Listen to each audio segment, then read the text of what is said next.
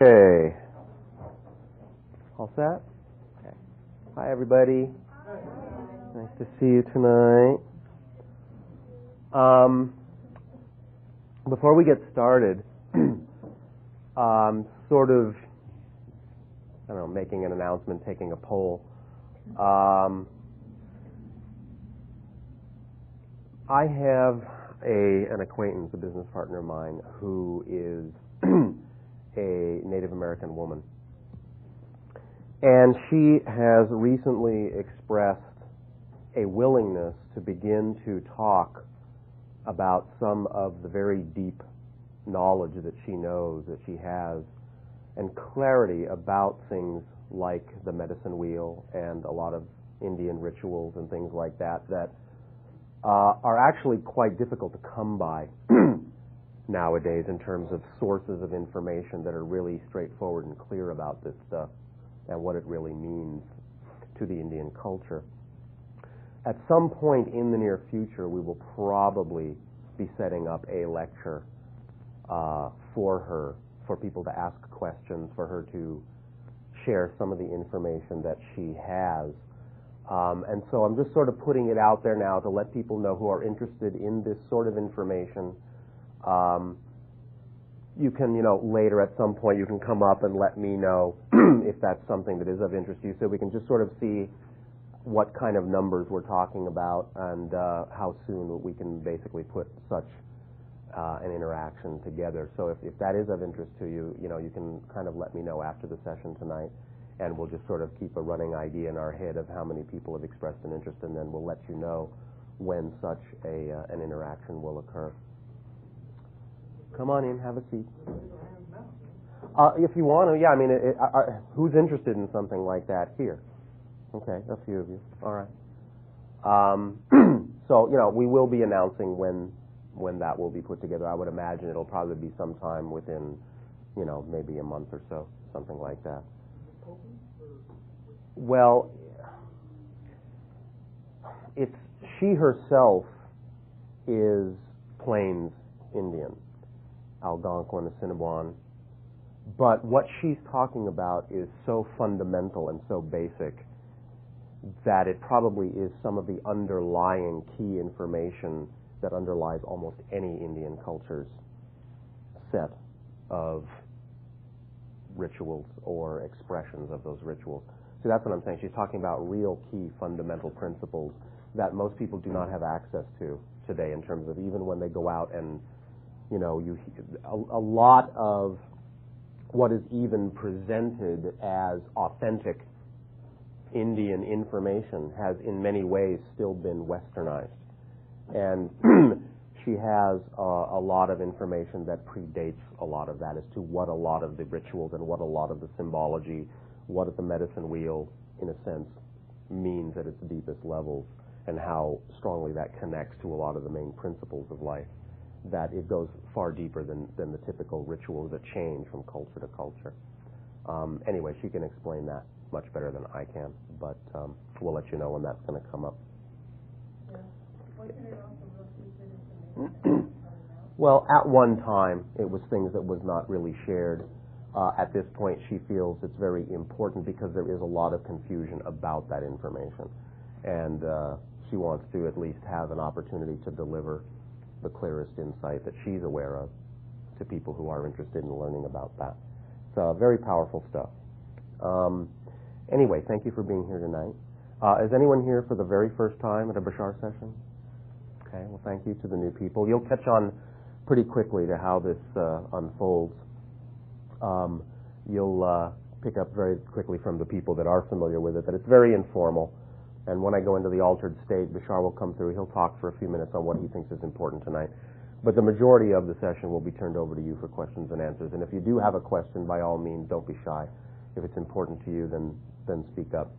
And you just say Bashar out loud when he says it's time for questions, and he'll pick you out of the crowd in whatever order he thinks is important. And then we have this remote mic here because we are taping everything, just so we make sure that the question is as clearly on the tape as the answer. Then if he does pick you, then just wait for the mic to be handed to you, speak into it clearly, and engage him in an informal dialogue It's that simple. Are there any questions about procedures or anything anyone thinks they need to understand here to participate? Or is everyone pretty clear on what's going on here? Okay. Again, thanks a lot. Have a good time, and I'll see you all later.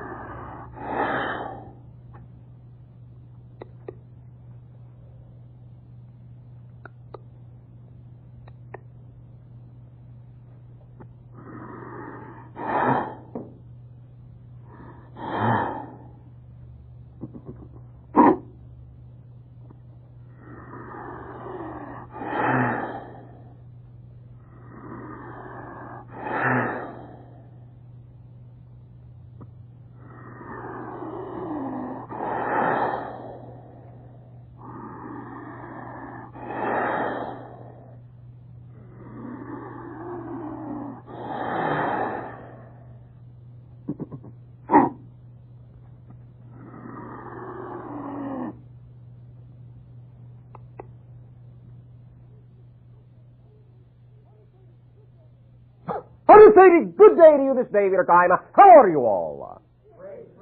Once again, we take this opportunity to thank each and every one of you for allowing this transmission to occur through this particular gateway in this way at this time. Once again, each and every time, our civilization is afforded the opportunity to interact with your civilization in this manner. It opens up our understanding of all the different ways that the infinite can express itself through our perceiving each and every one of your unique points of view. So we thank you for this gift. We would like to begin this interaction and this transmission with the following idea. We would like to discuss the notion of vibrational residue, so to speak.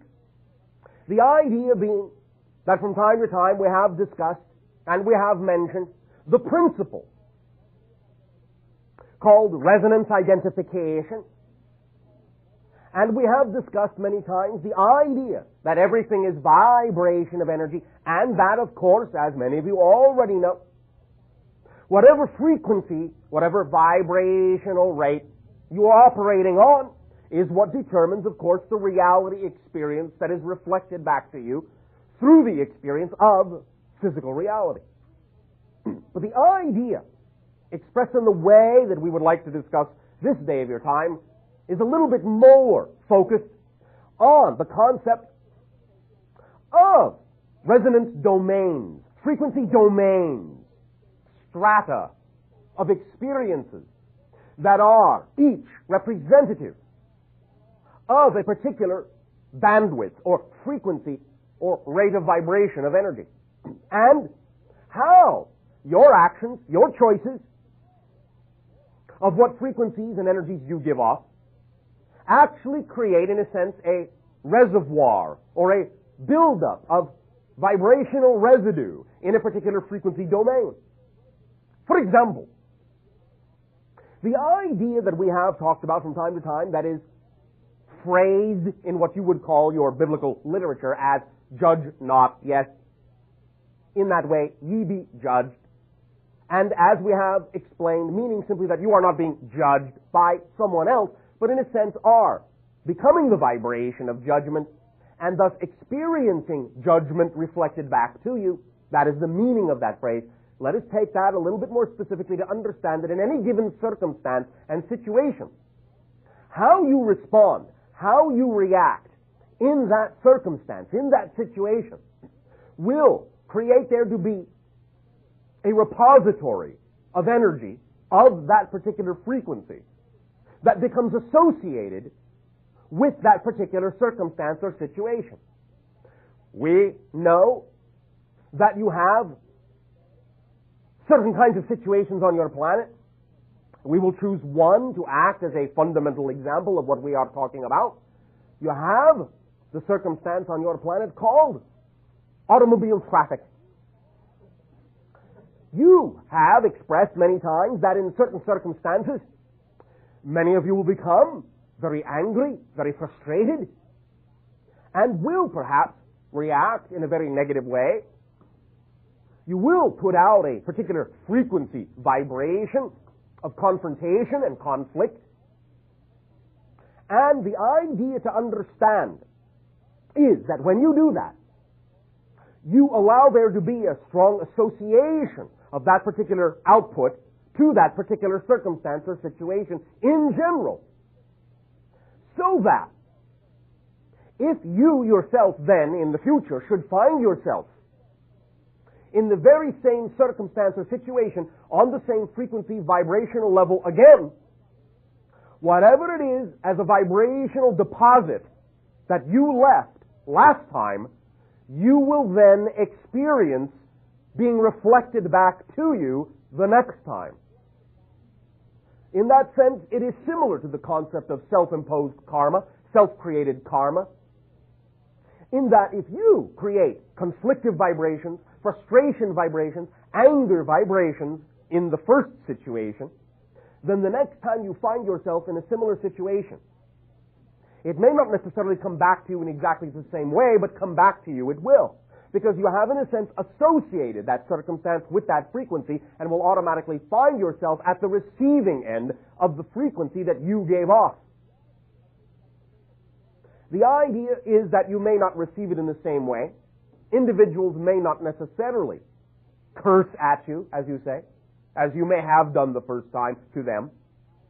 But you may experience it either that way, or you may experience all of a sudden an overwhelming sense, perhaps now that you are in their shoes, doing exactly the same thing that you cursed them out for before the first time. You may feel a sense of overwhelming shame. You may feel a sense of guilt. Not that you deserve to, not that you need to, but the idea is that this energy will come back to you in some way, for everything requires balance. And if you leave a deposit of that vibration connected to such a circumstance, then when you find yourself crossing that wavelength again, you will pick up the baggage that you left before. Because it is associated to you. It is keyed to you. It came from you. It belongs to you. It will come back to you. The idea is that, again, it may come back to you in a variety of ways. Either it will be literally reflected in exactly the same way that you gave it off, or you will feel it or experience it in your life in some manifestation that is indicative of the same vibrational level. Things suddenly may not work too well for you. Things may start to fall apart. You may feel certain emotions that are unpleasant for you.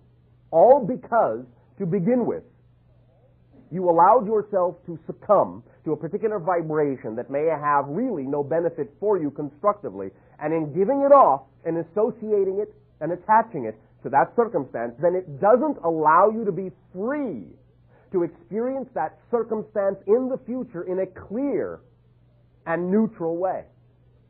Whenever you make such an association, you automatically limit the way in which you can experience that circumstance in the future until you clarify that energy as you have put it in to begin with. Always it is of great benefit and greater benefit to allow yourself the opportunity to experience any circumstance in a fundamentally neutral way, so that you can then decide to extract from the circumstance, no matter how it looks, a fundamentally positive or constructive outcome.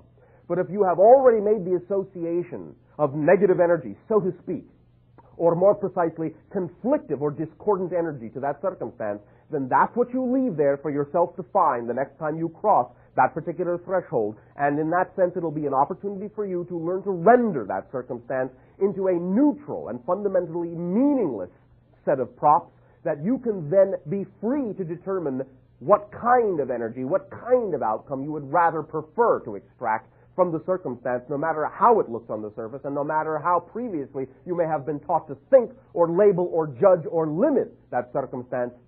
I remind you once again, every circumstance is neutral, and every circumstance can serve double duty, positive or negative. The meaning you put into it, the energy vibration you attach to it, is utterly what determines the effect you will get out of it, no matter what anyone else's intentions are. Going into it, you are your own reality, and you have the final say on exactly what frequency you experience and how you translate that frequency in your reality. As body, as emotion, as spirit, it is up to you. So be aware of what energy you give off in any given situation, because you will pass that way again, and you will pick up that bag when you come back. Make sure it's baggage you want to carry. Otherwise, let it go so you can travel lightly. And in any given situation, then, respond quickly so that you will not have to then, in a sense, take the time to transform the baggage that was left there by you before. Baggage claim, you may call this if you wish. Now then, we thank you for allowing us to reflect this nuance of vibrational mechanics to you. And in return for the gift that you are giving our civilization at this time in experiencing this co-created interaction, I ask in what way at this time may I and my world be of service to you. Bashar. Oh my. Bashar. You, good day. Yes, good day, Bashar. Nice to see you again. You are not seeing me, but thank you for the sentiment. Okay. Speaking of certain vibrational situations, Guys. I wish to, if you would comment upon them. I have, since we last talked, acquired a godson. Oh, all right. And he's a great little kid. He's just turned 4 years old. Guys. And there's a situation when I know that there are past life occurrences with this child. He has dreams of us being in armor together. All right. And when I take him to school sometimes, he gets a look of terror in his eyes, when I'm about to drop him off. Is this a comment on your school system? No, but when he gets that look in his eyes, it makes me sick to my stomach. I see. And this has happened a number of times. Right. And I'm wondering if you can see anything, any karmic ties, any soul agreements that might be helpful to me at this time in regards to this. There is a general and a specific level to this. Okay. The general level, and again, not meaning in any way, shape, or form to be judgmental, but simply, as you say, making an observation. Many children being born on your planet now are, in a sense, not only just a different generation, they are a different species. They will not forget as much of themselves as your past generations have. They remember, they know what the idea of the acquisition of knowledge is, quote-unquote, supposed to be all about. Many of them, in general, will pale at the prospect of the systemized, formalized, rigidized, and limited system that you have created on your planet for the supposed dispensation of information. You follow me? Mm-hmm. Many of them will have that automatic response and or reaction because they simply cannot bring themselves to believe that you're actually telling them that this is your system of education. Now that will be, as you would call it, perhaps even an unconscious gut response. You follow me? Yes. However, specifically, for this individual entity, what it is connected to is also some very strong repercussive experiences in what you would call an ecclesiastic setting in another life that is being made with regard to the idea of extremely strict punishment for not, shall we say, towing the party line of belief system. You follow? Yeah. So this child, in effect, expects the whip, expects the whip, expects the lash, expects the rod for not following in the footsteps of what the child is, quote-unquote, supposed to know. And therefore there may be some time required for this child to be taught by those that can now have insight and a more expanded version that this doesn't have to be this way anymore, and that the child can begin to be told that it is all right to learn in the way that is germane for the child. In other words, to understand the child's levels of excitement, the things that are important for the child, and to allow the child to know that whatever the discipline is, so to speak, whatever the subject may be, whatever the particular area of learning that is called upon happens to be, can be accessed and approached by the child in a creative, exciting, joyful way that is representative, shall we say, or reflective of the particular areas of interest to the child. Now, we understand that institutions on your planet of this nature are changing slowly, and so the child may still find some degree of conflict with regard to being able to implement everything that they would find natural to implement in these institutions of so-called higher learning. But the idea really is that at home, this can be balanced out through very creative play on the part of the adults to teach the child how to become creatively adaptive to the systems that are presented to him or her in school, so that the child can absorb the information by applying in their own way and in their own pace and in their own time, when appropriate, their own approach, their own systems for how they can use that information in a way that's interesting to them, so that they can understand the principles and then, in a sense, not be caught up in the conflict of the information simply being presented in a way that the child inherently on a gut level finds, so to speak, inefficient or distasteful. You follow this? Yes, I do. Now, one moment. One moment. Part of this is tied together also, again, with the child's decision, with the soul's decision in this life to some degree be less structured. And the connection that you are remembering with regard to having served in armor bespeaks of the very militarized mind, very structured, orderly agenda. You follow? So, again, the child, in some senses, perhaps on an unconscious gut level, is asking, am I going into military training again? Is this what you are asking me to do? I am not in this life to do this. Yet this smacks of the same military training. I am not supposed to don armor in this life, and yet here you are asking me to fall in line to be one of the good soldiers of learning. You follow? Mm-hmm. Yes, and this is the direct connection between you in your ability, without being interferive and without being desperate, without being negative, without it being a panic situation in any way, shape, or form. This is your opportunity to understand that you can function as a mentor, as a teacher for the child, to, in clever ways and creative ways, help the child expand their sense of how to approach information and help solicit their creativity in the ways that they believe information can be best applied in their areas of interest. Expand them on different levels, expand their senses, so that they can know how to access information in more than just the ways that are presented to them in what might be called a rote scholastic formation. Does this make any sense? Yeah, it makes a lot of sense.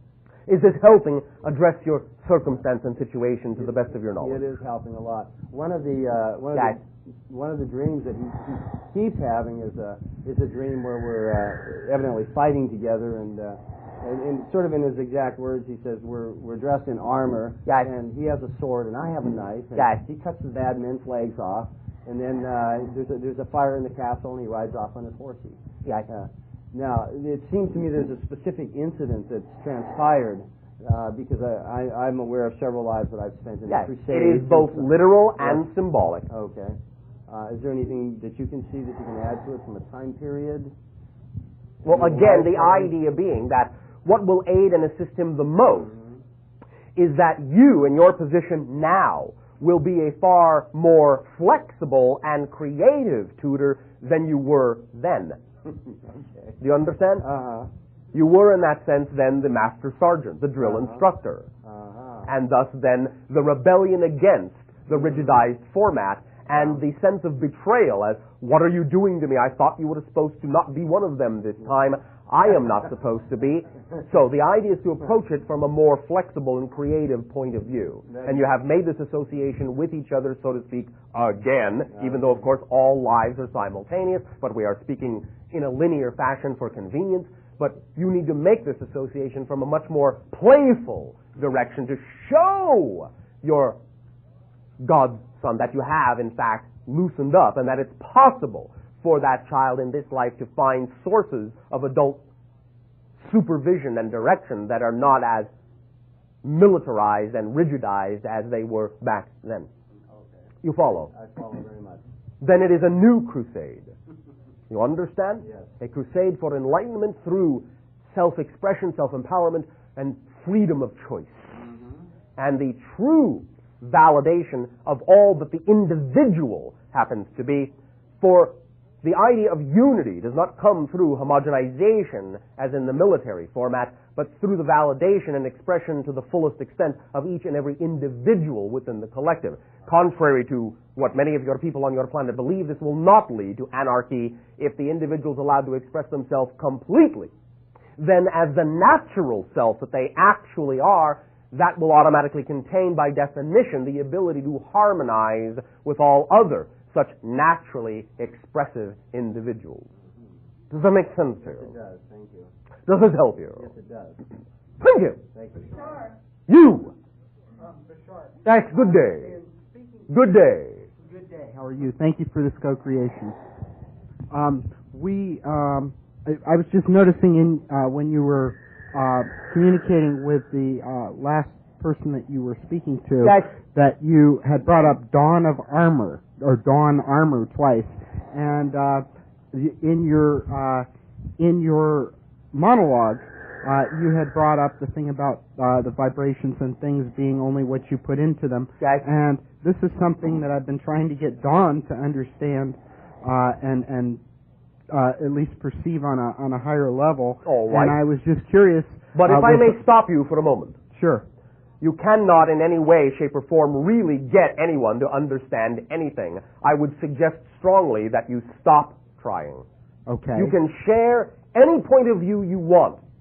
But if you are creating an agenda to try and get someone to change, you will find yourself running into a brick wall over and over and over again. I already have found that to be true. Then stop trying. Okay. Share what you will with the understanding that you must see them as free to accept or turn down whatever it is you have to share. You must be agendaless in your sharing of information if you are truly going to be a reflection of the unconditional love you say you would prefer to see from anyone else. Otherwise, all you're getting back is the same degree of insistence and compartmentalization that you say you don't want to experience from them, but is simply a reflection of what you're doing to them. Okay. You follow? Yes. All right. Continue. But just out of curiosity, Yeah. was that anything you were picking up from my vibration, that the reason that you chose those particular It was words? not specified. And I would suggest that you also stop assuming that the idea is specified. But it is, in this way, specific to anyone who is attending this overall communication. In other words, we simply trust synchronicity will allow the conversation to serve every specific person's need in this communication on one level or another at one time or another. So while we may not always, in any given conversation with one individual, specifically, consciously be communicating to another person specifically, we do know that for every person, they have the ability to get something specifically directed at them out of it because it is a holographic conversation. And were it not so that you did not have something to get out of this overall conversation, you would not be present at it.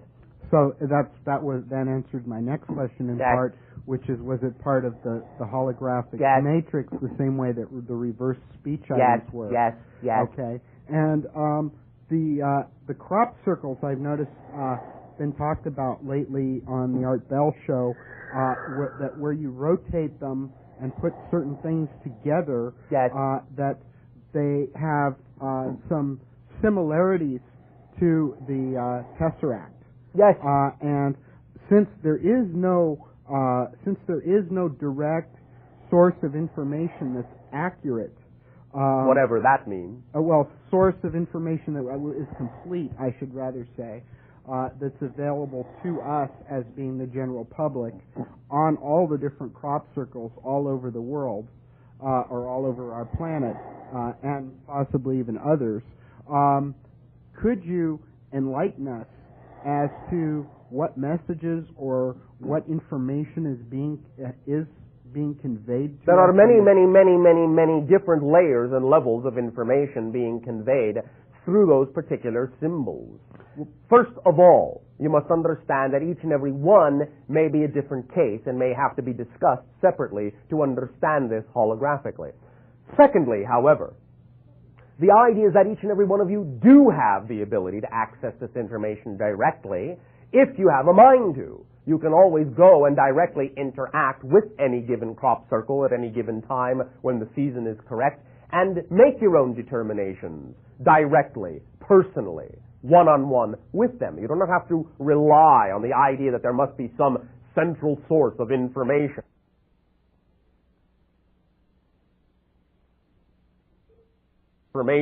from which you can glean everything you need to glean from the idea of the crop circles. In fact, one of the main messages is that they are supposed to be interactive. One of the basic underlying messages that they promote is the sense to perhaps how to open other doorways by experimenting with them in other ways. Do you follow? Yes, I do. Remember one of the most important things we said at what you call the Tesseract workshop. You must immerse yourself in all the ways you possibly can with these concepts of geometric solids and the idea of the ancient languages and the understanding of mathematical ratios and golden proportions and golden sections and all the sacred geometry of the universe. In order to learn how to speak this language or understand this language as a second language in a second nature way, when you begin to learn to think in these symbolic terms, when you begin to dream in these symbolic terms, then it will be infused within you sufficiently so that when these symbols appear, no matter what form in which they do so, you will begin to be able to know what is being said to you because you will literally recognize the language. You follow? Yeah. So immersion through play and imagination is one of the most important things you can do. Experiment in the same way that individuals first experimented in their imagination with the idea of spinning some of the crop circle images to see what they would get. Just play with it. And you will find that you will discover things when you do that, when you take those kinds of approaches. All right? Well, I had one other thing in regards to that. Yes. That is, the night before last, I went into a meditation, altered state of consciousness meditation. Yes. And I visualized, without intending to, just came to me a spinning diamond-shaped object that I knew had doorways, and there was, and I felt like I could go through them almost, but I did have somewhat of a fear vibration. All right, very good. Very good. This is exactly what we are talking about. Let it come spontaneously, and then see. Let it reveal and reflect to you what definitions exist within you in terms of your relationship to it. For that will tell you what you need to clean up within your definitions in order to be able to utilize what you're getting in the most efficient way and the most expanded way possible. So that's exactly what we are talking about. If it reflected to you that you have this fear of passing through it, then take a moment in your meditation to find out what definitions you would have to have bought into in life in order to be afraid of something like that, and let that shape reflect to you and give you the opportunity to explore what those definitions are that may be preventing you from using it in the most positive and constructive way. Once you clarify what those definitions are and transform them, then you'll be able to use that symbol in a more expanded way and go through the doorway. Okay. That's exactly what we are talking about. Okay. So trust your playful imagination. It is obviously working if you will simply trust it and go forward with it when it gives you something like that. Use it when it gives you something like that. All right? Okay. And one other thing. That's it? No. Okay. Thank you, Bashar. You! Good day. Hi, Bashar. And to you, good day. First, I'd like to thank you for Sunday. All right. Sunday was We thank all of wonderful. You for the co-creation for of that was interaction there. as well. One of the things that happened Yes. was, of course, I listened to Pamela's tape, who has written a song about you, and which was very, very moving for me. Every time it plays, Yes. it brings me to tears. Oh, And all she right. has done you good. Oh, all right. Done us good. Done you good. When I went into you, every day I did the meditation that you did at the session. Yes.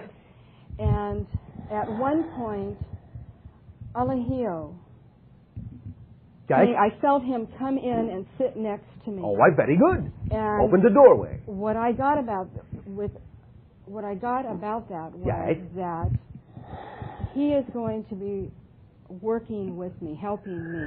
Going to be. He is Has been. He is. Yes. You just realized it. Yes. And so congratulations for opening the doorway that allowed you to see what was already going on. Right. So this is all very exciting. Oh, all right, if you insist. When I was using the tetrahedron, Yes. the one going one way and the other going the other way. Interpenetrating up and down, yes. Right. What I found was, and you said to rotate it. Yes. The only way I could hold the image was I was spinning it, and I know you said slowly. It is all right. Remember I'm that the trying first rule of thumb is that no matter what we suggest to you, you allow your imagination to alter it as it sees fit. Okay. You remember? Yes, All right. I do. Then, I will do that. thank you. And I also got the music, All right. which is quite moving for me. All right. More moving. Everything is moving. Yes, everything is moving. And I the just point. want to thank you because it's very exciting. I would do that. I would get in bed. I would go to sleep, and I would have dreams Yes. being immersed in the forms with someone else or two other people around, All right. with the geometric forms Yes. around me. Yes. So Helpers. yes, Yes. and I'm excited. That's all I want to tell you Thank you.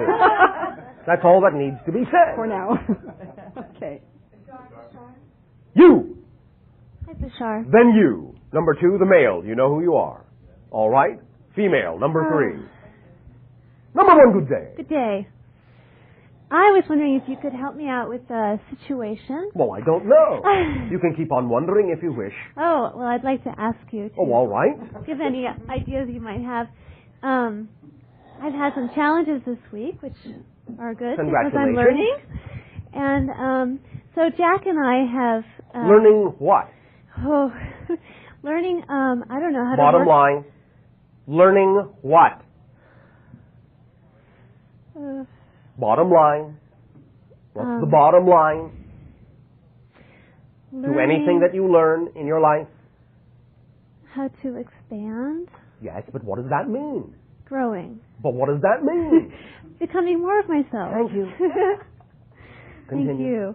you. Yes, that's exactly it. You're right. Yep. So Jack and I are having some money fears. Both of us Money have. fears. Yes. All right. We both have new businesses that are pretty much in the starting Yes. ground, and Yes. so And so what? well, for the first time in our relationship, we disagree a lot, and there's just About what? underlying About stress. what? Well, about what we should In other words, about nothing. exactly. Thank you. In other words, obviously, you are at odds with yourselves, and therefore you are creating friction with each other over nothing. Get clear about what you're doing within yourselves. When you clear what you're doing within yourself, there will be no friction over nothing with each other. You understand? Uh-huh. So, allow yourself to explore, each of you in your own way, your definitions about what fears you have with regard to what it is each of you is doing Mm-hmm. and why you have those fears. Because it's not about what you're fighting about. Mm-hmm. It's about what you're afraid of with regard to your own power and what you're afraid of with regard to your own definitions of what you find lacking and what you define as being wanting within you. It's all about that. It's all about yourself. Mm-hmm. And it's only being projected on each other. Mm-hmm. But that's Yeah. all right because you can use that as a reflection to each other that you need to simply get in touch with each of your own selves. Right. Bring it home, as you would say. Be honest. Don't use each other as an excuse to avoid paying attention to what you're really afraid to look at within yourself, because that's what you're doing. Mm-hmm. You follow? Yes, I do. And so? And so that's very helpful. Oh, well, thank you. Whole new look. Thank you. Thank you. Does that work for you? That works for me. Thank you. Another challenge that has come up this week. Yes. Or another version. It's probably another version of Yes. the same thing. One of the cats that I take care of every week. Cats. Cats. Cat. Bailey. He has. Bailey. Bailey. Yes. All right. He has an ulcers on his right eye that keep coming back. I see. Yes.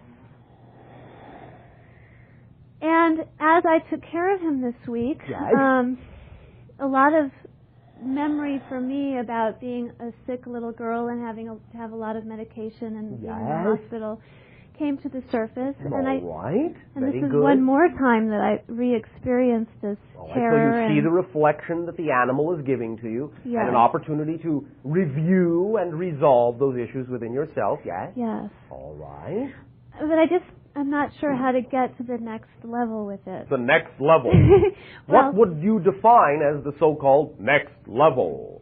maybe integrating the experience, or What does that mean? trying to look at it more neutrally. I get so Trying to look at it more neutrally. And that begins with not judging it. meaning, Um, I'll give you a hint. May I? yes, please. Thank you. Self-acceptance. Oops, gave it away. Yes. You start with self-acceptance. Uh-huh. No matter what has happened, no matter what you've been through, no matter how you know that it will change to be more reflective of your true natural self, whatever is there is still also you. You must love it and accept it for what it is, so you can learn from it and allow it to transform. Mm-hmm. Do you follow? Yes. It is lack of self-acceptance that causes the concept of, symbolically speaking and sometimes literally, ulceration. Mm-hmm. You follow? Mm-hmm. Mm-hmm. Because you are literally eating away at yourself. Mm. Does this help you? Yes. Is this shedding any light or any Yes. fur? Yes, it is. All It right. is. Anything else?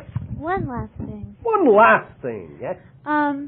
I'm working with a network chiropractor Yes. whom I adore, and I feel like Adore. he's really helping me. This Oh, all is the right. roly-poly guy in my dreams. Roly-poly guy. All right. And I'm also working with another chiropractor who's doing the allergy elimination Yes. treatment. Yes. And I'm wondering if I feel a little conflict between these two, working with these two people. In what way? Well, Yes, big sigh followed by what? In what way? I felt like, well, Tim, who was away looking at the crop circles for a few weeks, when he was away, I went to start the allergy thing, and then I went back to see Tim, and I told him about the allergy elimination, and he said, well, how do you feel? And I said, well, I kind of feel worse than I felt before. Oh, all right. Well, you know, sometimes that's the way it goes. Yes. When you finally choose to let go of something, the first thing that usually happens is that the thing you've been holding on to all this time dumps into your system. Oh. It's unlocking from your system, making you feel worse at first because now it's flooding your system before you eliminate it. Oh. You understand? Mm-hmm. Mm-hmm. Does that help clarify certain things for you? Yeah. I want to hold the space that I can do both of these simultaneously. Well, you go ahead and hold that space. Okay. Does it require stamina? Or is the idea that both of these things can work for you simply the product of a definition of the reality you prefer? And thus automatically capable of both being there when and where they need. Mm-hmm. Mm-hmm. Do you follow what I am saying? It doesn't require stamina. It doesn't require a juggling act. Uh-huh. Okay. It requires that you find a way that if both of these are representative for now of what you prefer, you find the definition that allows both to work and then know that that's the definition of the reality you prefer right now, which will then automatically find a space for both of them since that's the definition of the reality you prefer. You don't have to hold anything anywhere. All you have to do is define it as being capable of being there, and it will be able to do nothing but be there. Okay. Make sense? Yes. Thank you so much, Bashar. Thank you. Number 2. And to you, good day. I wanted to ask you about some aspects of the Kundalini energy. Yes. It seems to be in a lot of, basically every religious tradition and hidden in a lot of contemporary music, and it seems like nobody will speak about what it is or the nature of activating it, but... Well, you are right now. Yeah, well, that's true. And, of course, you do know there are books and other forms of literature on the subject. Right. And so it doesn't look like no one is speaking on it. Well, no, but it seems to be in code everywhere, like in the Vedas and no one actually says, okay, this is how you do it, and this is what it is, and this is what'll happen. Oh, I see. You want ABC 1, 2, 3. No, I don't actually, because I'm realizing kind of for myself what it is. And well, then it's a good thing it's codified, isn't it? Yeah, I guess so. It's kind of scary at the same time. Scary? Yeah. Oh, all right. In what way? Why? Scary. Well, it seems to be the beginning of it is a kind of death, and yes, of course. The beginning of any life is a kind of death. Remember, it's a complete circle. Mm-hmm. Yeah, hence the snake eating its tail and the yes, symbology. Ouroboros. Boris? What's that? Ouroboros. Ouroboros? The snake eating its tail. Oh, okay, I knew that. That's what the symbol is called. Yeah, that's what an Ouroboros. Right, yeah. Mm-hmm. But the Garden of Eden, the serpent offers the fruit to Eve, and she offers it back to Adam and stuff. Would you say that's symbolic, representative of a Kundalini kind of deal? That is, in some senses, mixed up in that, but that is really much broader than just that. It involves many other precepts and symbols and stories and ideas and acknowledgments and reflections than just that, but it's all tied up in there, yes. Mm-hmm. Okay, you're not, okay. I'm not being what? ABC 1, 2, 3? Well, no. Well, could you speak a little about Horus and as the son of, was it Osiris and Isis? Well, he seems to be kind of heading up things on this planet as far as... Heading up things? Well, you know what I'm talking about, don't Depends on what department you wind up in. Well, okay, thank you. That's a good clue there. All right. However, as the representative symbol of the hawk vibration, it does, to some degree, represent a relatively high perspective. He seems to be pretty gnarly, too, though. He's into vengeance and... Gnarly. Well, he's into, retribution, and he fought with... Well, no, not really. Let me explain it to you from another point of view. Thank you. The sharpness of the beak, the sharpness of the talons, simply give no quarter for those who aren't absolutely true to themselves. It's not retribution, it's not punishment. But it is, if you're going to walk this line, you'd better walk this line. Because if you deviate, if you fluctuate, if you fluff off, you'll get cut. It's the same idea in general, or a similar idea to what you would call perhaps the warrior path, the samurai way. The idea that when you make a commitment to live on a certain level, on a certain path, so to speak, then you must understand that as you expand in the glory, you also, in a sense, demand that you be very, very, very precise. And the way that you demand that of yourself, by invoking that energy, by matching that energy, is to very sharply remind yourself when you deviate from that frequency. The claws, talons, beak. The idea, therefore, is to understand it's not a retribution, but a reminder. But a very quick and sharp one, and absolutely convincing one. Does that make sense to you? Yeah. So if you're going to choose that path, you simply have to understand that that's what goes with it. Because as soon as you start to expand yourself, and this path by whatever name you wish to call it. It doesn't matter. But as we have said, it's walking the edge.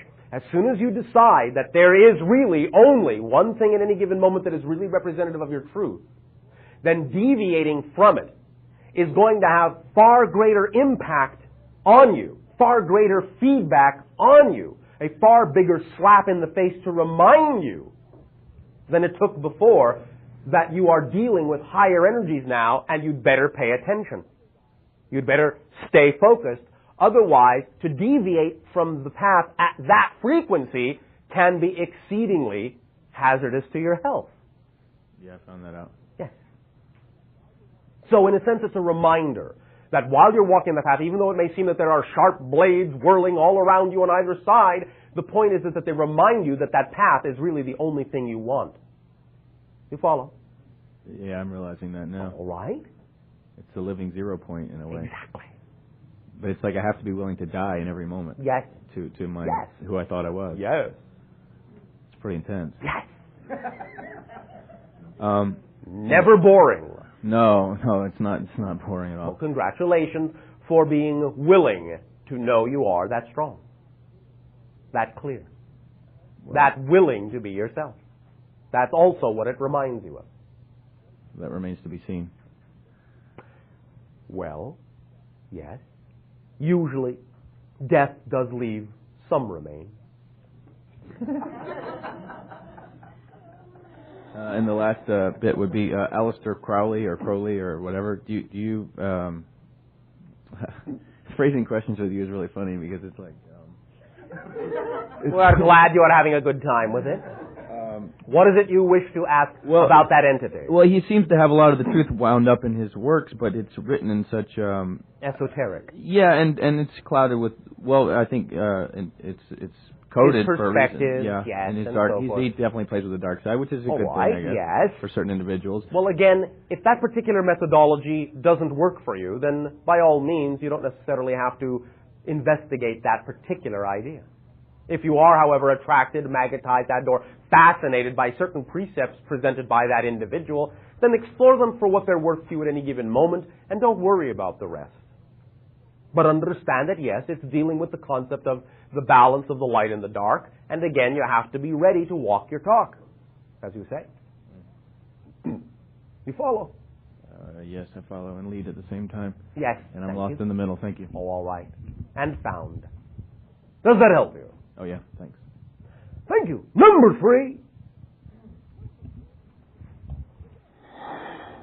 Good evening, Bashar. Good day. I wanted to talk to you about your monologue. Yes.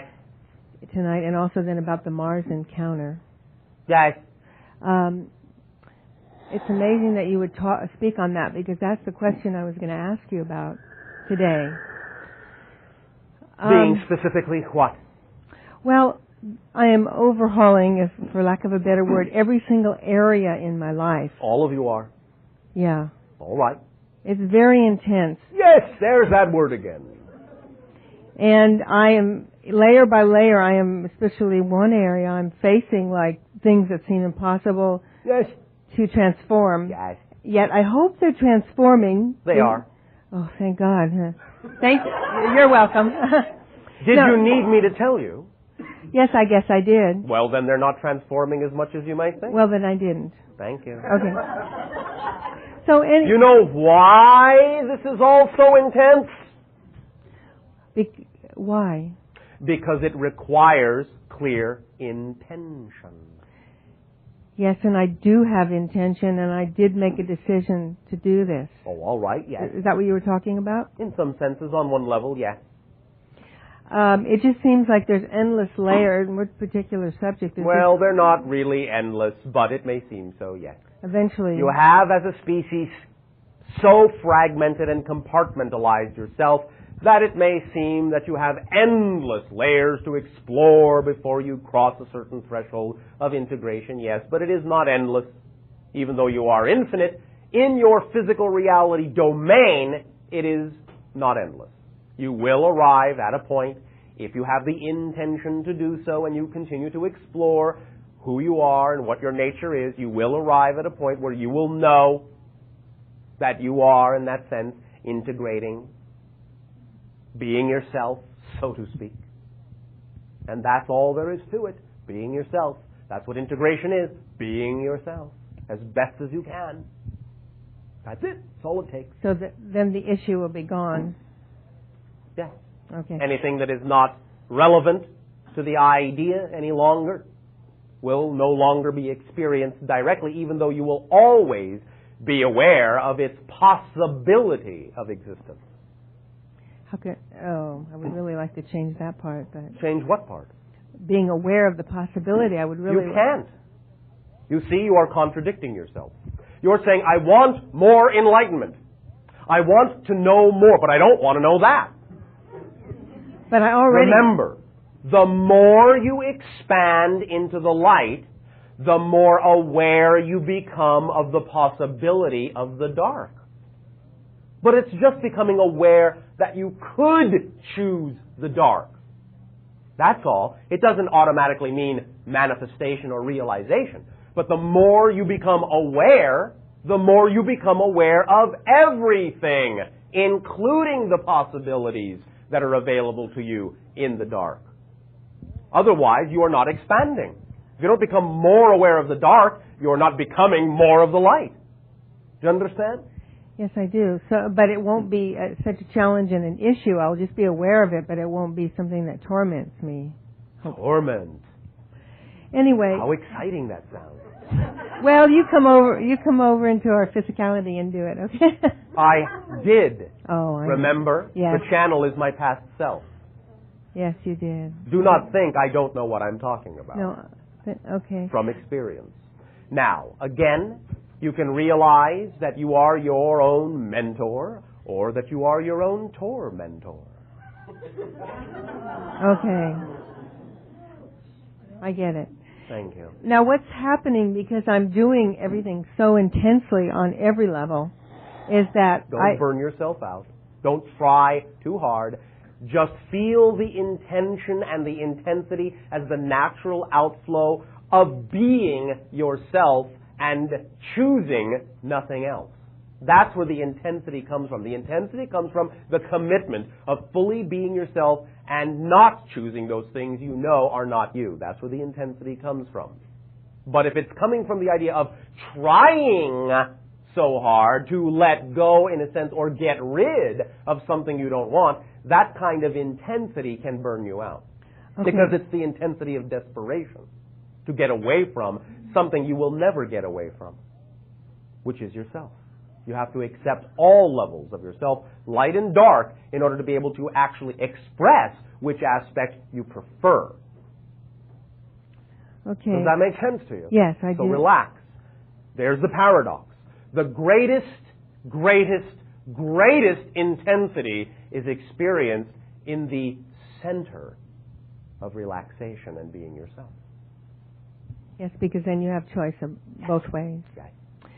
What is happening, too, because of that, is I have this low-grade level of everything.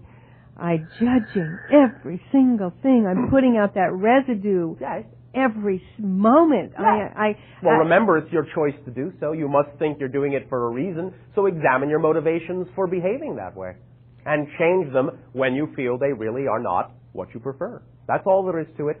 You're doing it out of choice. Remember that. You're motivated by your definitions to choose to behave the way you behave. This goes for all of you. Definition leads to motivation, leads to choice. That's it. That's it. That's it. That's it. That's it. That's it. A, B, C, 1, 2, 3. There it is. Can't be said any more clearly. Your definitions lead to motivations, lead to choice. So the choices you make, the way you behave, the way you are motivated to behave is absolutely, inexorably, utterly connected to what you define to be true, and that's why you make the choices you do. Period. So that's the act that needs to be cleaned up. Okay. When you go through the residue again, is it anywhere in the universe, for instance, if you do some...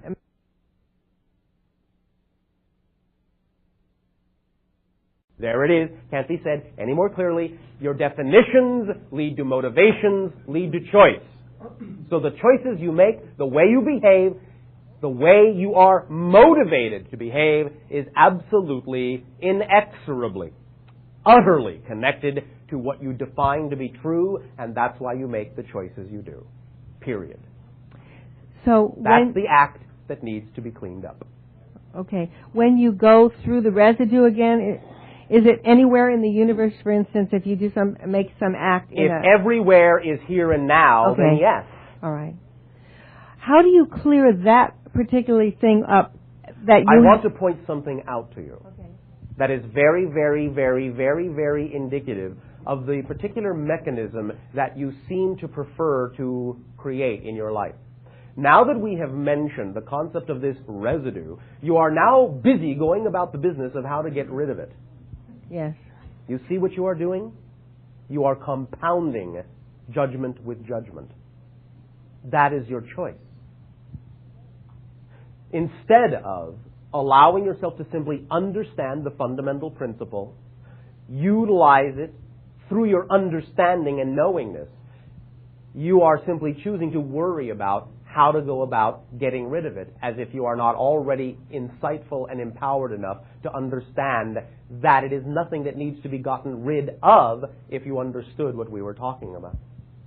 Remember, karma is self-imposed.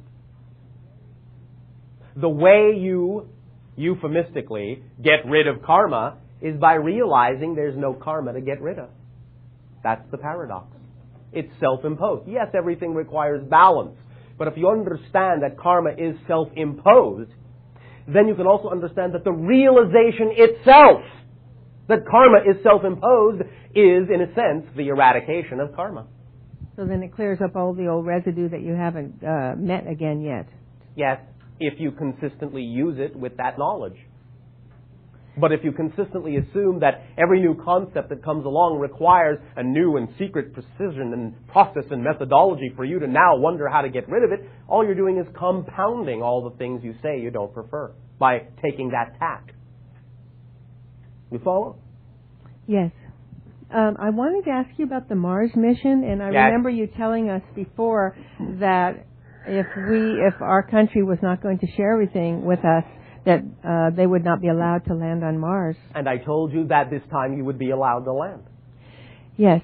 What do you see really happening on levels in our government or with the scientists that we may not have gotten information on, and what have they actually found?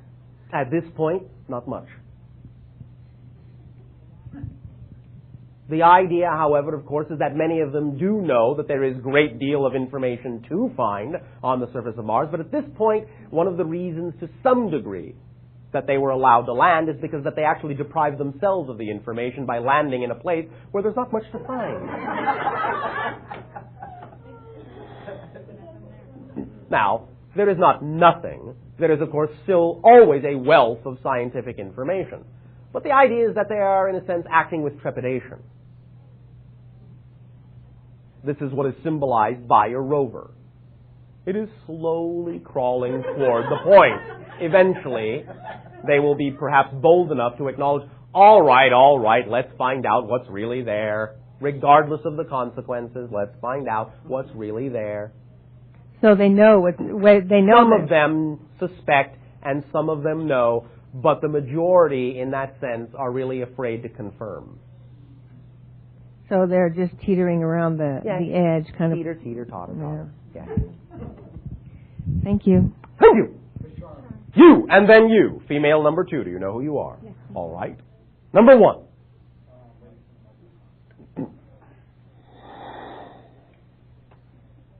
Thank you again, Bashar. Yes. Dawn would like to know, the person sitting next to me, if you could... Why is that person not speaking? Can you ask him to scan your vibration? Steve wants me to ask you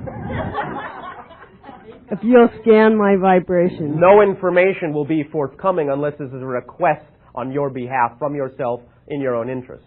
Yeah, I guess I'm curious. Well, if you only guess you're curious, then that's not sufficient.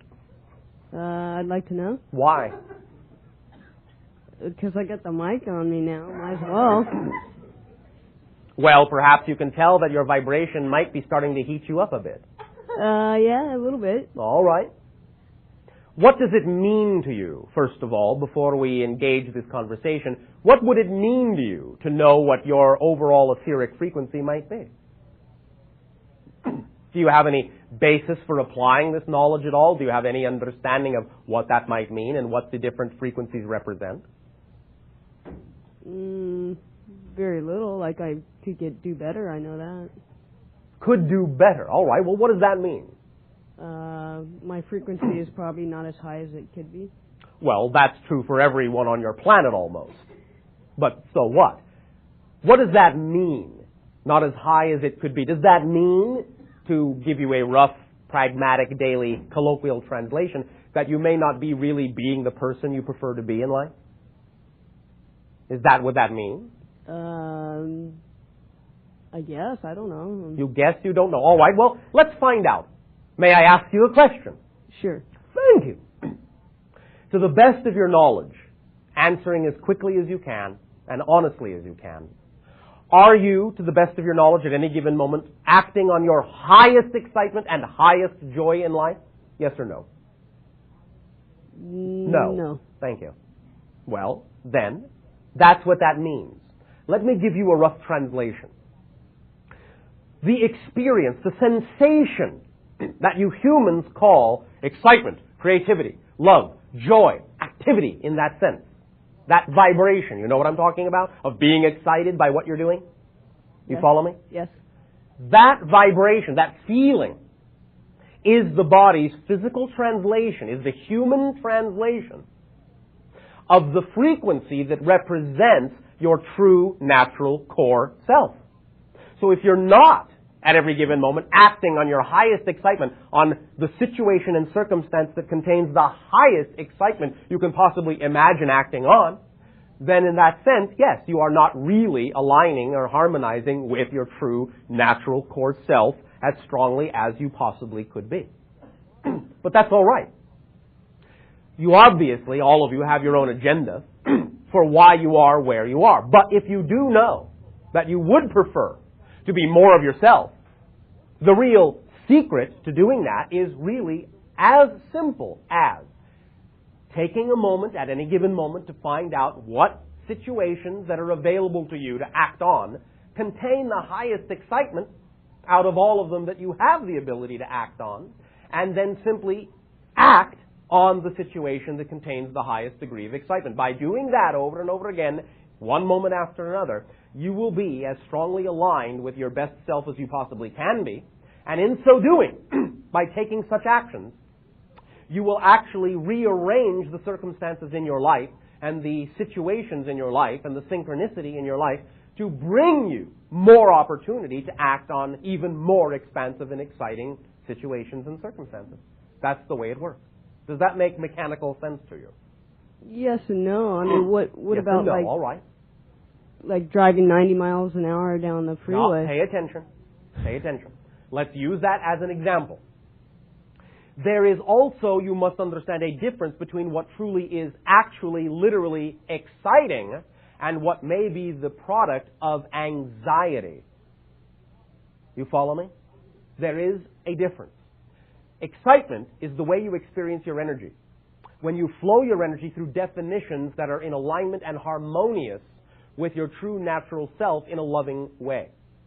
Anxiety is how you experience your frequency when you filter your energy through definitions that are out of tune or out of alignment with your core true self, that are in conflict with your truth, that are the product of definitions that create fear within you. Now, it is possible that driving 90 miles an hour down one of your freeways could be representative at any given moment of your excitement. But if it were to be so, then when honestly an expression of your excitement, it will create nothing for you but positive repercussions. When an expression of your anxiety, then it will create negative repercussions. You follow? So, the point is that when you are harmonized with yourself, you will also learn to instinctively know when such an action is and is not representative of your true joy, or when it is simply, in a sense, an action that is representative of perhaps definitions within you that are creating conflict. You will know the difference. And you will know when it is appropriate to act that way and when it is not. You follow? Yes. But the first step, the small steps to take, are to first begin at any given moment to really have honest self-assessment about what it is that you could be doing, if you wish to, that might be more fulfilling, more creative, more loving, more exciting than what you may be doing in your life right now. Start small and let it grow naturally, because as soon as you move in that direction, it will expand automatically. And at any moment, any given moment, take a moment to assess your response or reaction to the situations that are presented to you to determine why you have these reactions or responses, and find out what definitions you must believe in order to have the kind of emotional response you do to any given situation. Because there's no such thing as an emotional reaction or response without there first being a definition you believe to be true about that circumstance. If you don't have a definition, if you don't have a belief, you have absolutely no emotional response or reaction at all. You follow? Yes. So, start there and see what happens, and take a moment at each moment to gauge what your reaction or response is, and to find out what the definitions are that you believe to be true, knowing that in that sense those definitions aren't necessarily representative of an empirical truth, but only representative of what you have been taught to believe is true. Because there is no physical reality except your definition of it. That's what physical reality is. Does that make sense to you? Yes. Physical reality is a mirror. Whatever face you present is the reflection you get. Make sense? Yes. Thank you. Bashar. One moment. There already was another. What? No. There already was another. You lovingly gave up your turn. Yes. Hello, Bashar. And a you good day. We have spoken before about the parallel reality experiences that Yes. occur during the paralysis field, Yes. during the interactions, Yes. and the infinite interdimensional doorways that open. Oh, those. Yes. Oh, those. Yes. Is there a hypersphere involved in that? There can be. Yes. From their point of view, do they utilize platonic solids in that way to have that experience, or? In some instances, they are utilized intentionally. In most instances, they are simply automatically there without them having to think about that. Depending on what they want to do and how they want to focus, sometimes they may intentionally focus on the utilization of some of those regular polyhedrons, but the idea is that for the most part, they don't have to think in those terms. You follow? Not really. Well, in other words, in order to flick on a light switch, do you have to understand everything about physics that goes into the light bulb? Do you have to think about the dimensions and the parameters and the materials that are used for the light to come on? No. Right. You just flick the light switch. It's the same with them.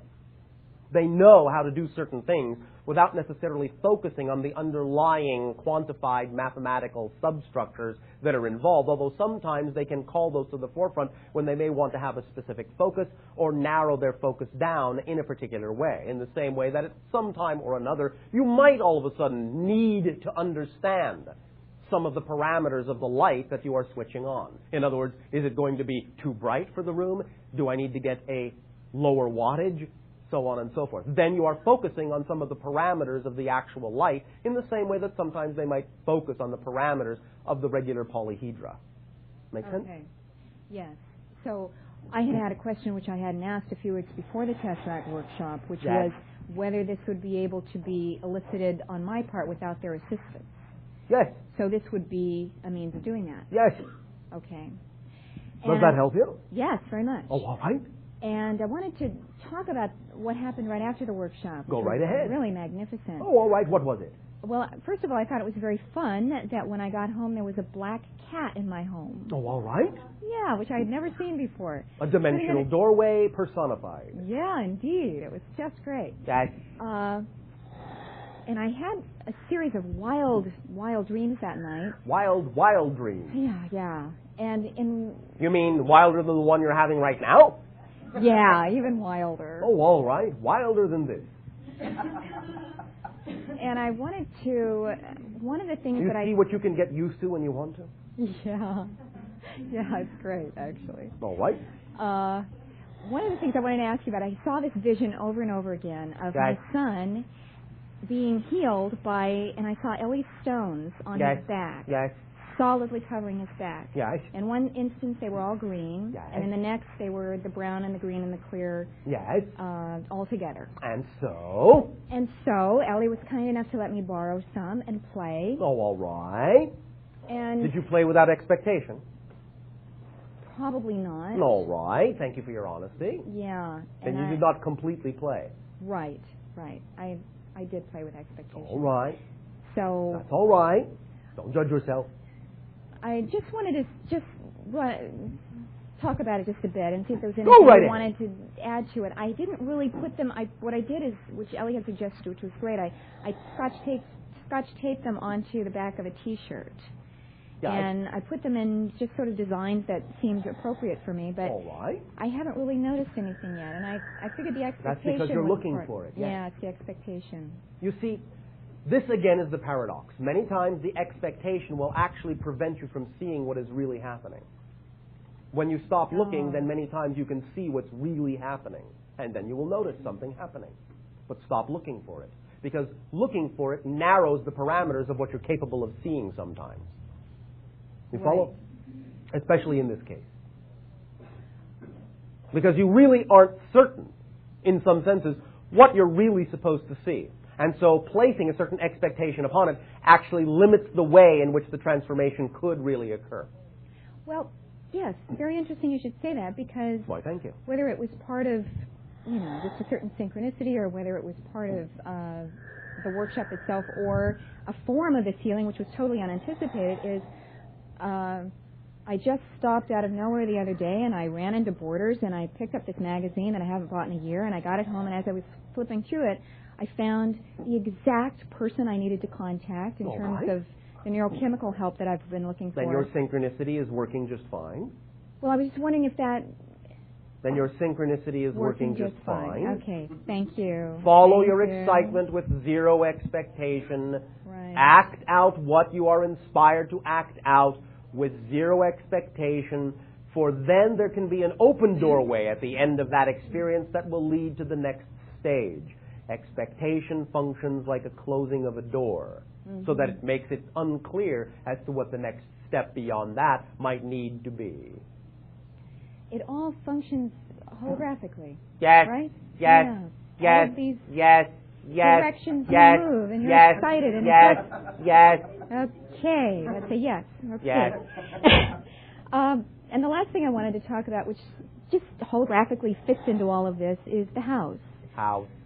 I am so excited about manifesting a house with this large square footage, which I've always dreamed about. Large square footage. Yeah, I just sort of moved into larger and larger spaces in consciousness and in my home, and it just felt so right. And the past several days, and it's also felt as though when I make this move, it sort of has to do with his healing, and it has to do with a lot of things changing in me. And I'm manifesting your healing, my healing. That can then be reflected in the surroundings of your reality mirror. Yeah. Thanks for reminding me of that. Oh, you're welcome. And I've just begun to put a real glitch into the deal. A glitch? I'm feeling as though, I'll finish that statement. I'm feeling as though this is too big a move right now. We can't afford it. That doesn't necessarily have to be a glitch if it is an honest assessment of your true comfort zone.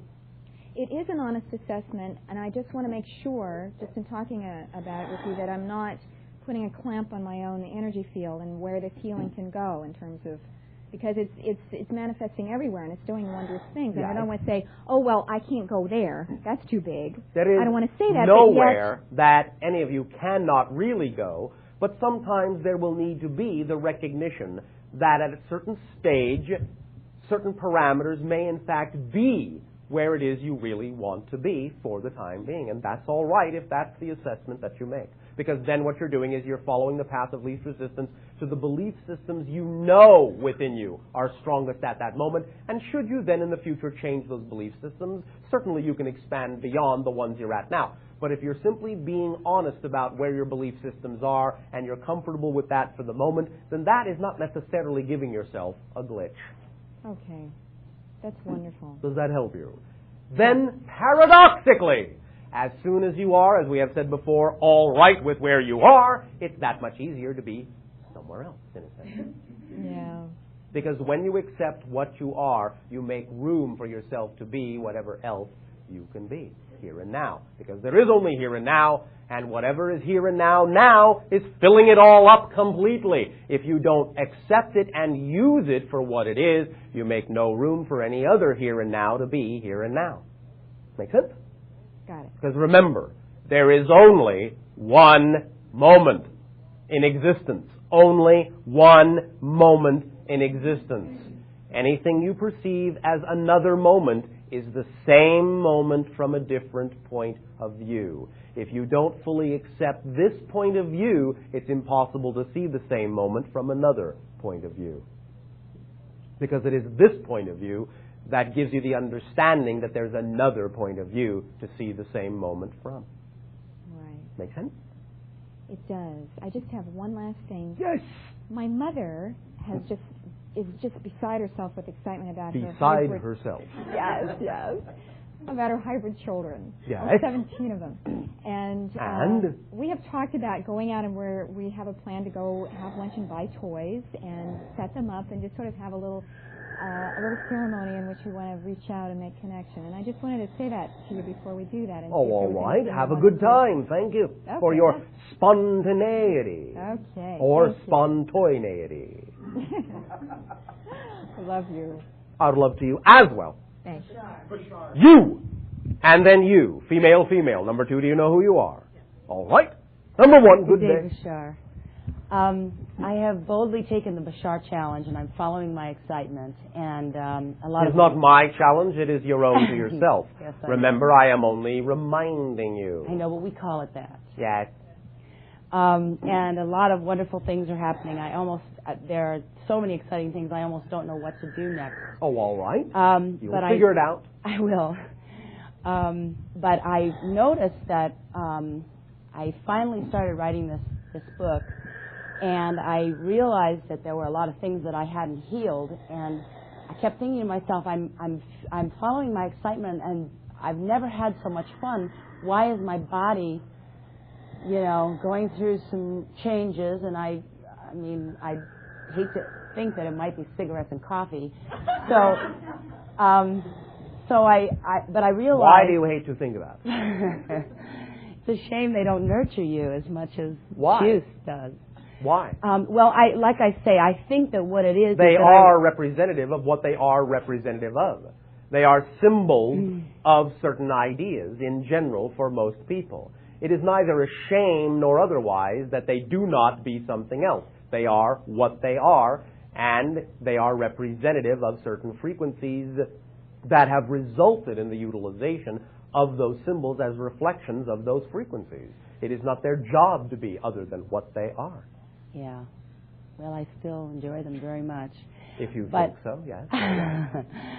But I noticed that I think the biggest part of it is that I had been processing some things that I hadn't looked at in, just going over. All right. May I ask you a question? Sure. Why, thank you. Let's take a cigarette break, shall we? Fabulous. Oh, man, I don't want to be lectured about it. I get it. Oh, I'm not going to lecture you at all. Please. I am not going to lecture you at all. I am going to offer you another chapter of the Bashar Challenge. Can I go home now? I honestly wish you would, in the way that you know I mean that. Ooh, ow. Thank you. Yes. Come home Thank you. now. Thank you. Now, here's the question for you. No lecture. Thank you. Question. How would you feel if you stopped smoking? If you took an extended cigarette break, as in a break from them? Fabulous. Be honest. Fabulous. Yes? I've been there before. Fabulous. Been there before? What's that got to do with now? Well, I just mean I've quit before and I felt You've quit incredible. before. Yes. And so? But I now? I remember those times when my energy, I had so much energy I almost couldn't contain it. Because of what? I don't know. It was just vibrations that were just flying all over the place. And so? It was hard to just control that. Hard to control what? That incredible surge of power or something that I felt. Control it in what way? What way do you think it needs to be controlled? Does it not automatically, by definition, contain a self-regulating mechanism to be utilized in the most appropriate way if it is representative of who you truly naturally are? It's not possible that being a smoker is who I truly naturally am. Nothing is impossible. However, to be honest, it is unlikely. All right. Well, I know, I still feel that I have a past life connection with the ritual of smoking, and yes, and I'm going to use that all the way to rationalize this thing. Now. I know. And so, how would you feel if you stopped? I don't know. I guess it's sort of a companion in a way. A companion? Mm-hmm. A companion. Smokey. Your companion, Smokey. I don't know. I just like it. Why do you like it? Why do you like it? This is feeling like a lecture, Bashar. No, I am asking you questions. If it feels like a lecture, I'll let you in on a little secret. It's because you're giving yourself one inside. I know. Right now. Well, I know it's an issue that I'm not judging you. I'm asking you a question. Why do you like it? I guess I get the sense that I can actually relax and be introspective. And so you feel and believe that you cannot do that without it. That you cannot be yourself, you cannot relax, you cannot be introspective without it? No, because I have been, but... well, I'm talking about now. You're making me want one very badly. Am I? Or are you? Do you feel that you're about to lose something you want to hold on to? Maybe. I don't know, I just enjoy it. For what reason, though? That's the key. You can say you enjoy something, and it can be true that you enjoy it. But why? Do you enjoy it as a pure experience, or are you enjoying it because, in a sense, it fulfills something you're unwilling to give to yourself? Such as? Such as? Love, self-acceptance. Thank you. Yeah.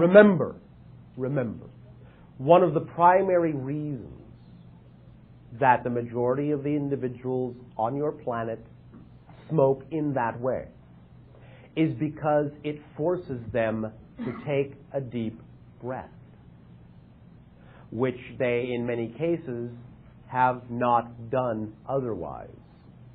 The first thing you do when you're tense about your position in life is stop breathing deeply.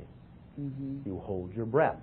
The cigarette forces you to take a deep breath. It is the deep breathing that you actually need, the oxygenation of the system. In most cases, the cigarettes, as you have designed them on your planet, are doing exactly the opposite. They are, in some senses, allowing you to give yourself permission to breathe deeply, but it is actually robbing your system of oxygen. Therefore, it is a clear and interesting paradox of behavior. Indeed. When you learn to deep breathe and breathe yourself deeply, then You will be the person who no longer requires the reminder that it's all right to breathe deeply of yourself and to exhale that sweetness of expression that is truly all of you. Do you understand? I do indeed. It's not a lecture. Thank you for It's the a insight. poem. Thank you. Thank you for the insight. Can we talk about something else now? I suppose. I will give it some thought. Is the cigarette break over? I think it is. No, all right. I had an incredible regression with Barbara Lamb Yes. last Friday night. Yes. And one of the things that I wanted to look at was why I felt a very deep connection and communion with the reptilian species, and that nothing I read really rang true to me, and I felt like I just couldn't find the information that I needed, which is actually one of the reasons that I'm even writing the book. All right, and the regression took me back. It felt regression. Thousands of years. All right, and what did you discover? I discovered that I was there with my tribe, and that I was the male, and that we were coming upon some sort of catastrophe or apocalypse, but we weren't. Our armor was our minds. We were preparing in our minds for a transition. All right. And it was so amazing the way we were feeling about each other. Yes. And I had never really known that kind of compassion and that connection that we all felt at that moment when we knew the end was near. Yes. Can you bring that into the present? Well, then I did. She asked me why I was here, why they were entering my life, this life. Yes. And I said, we are coming back because there's another transition that needs to be made, and we have to learn to focus and channel our energy and our minds and integrate all levels to make the transition. And integrate all levels. Yes. And it was just so amazing to me. Oh, all right, thank you. And I was wondering, was that past life on this planet or some other planet? This. It was this planet. Yes. And simultaneously in another dimension. It was just so amazing. It felt like it was here, and maybe that's that's why I said I'm coming back. We're coming back. Yes.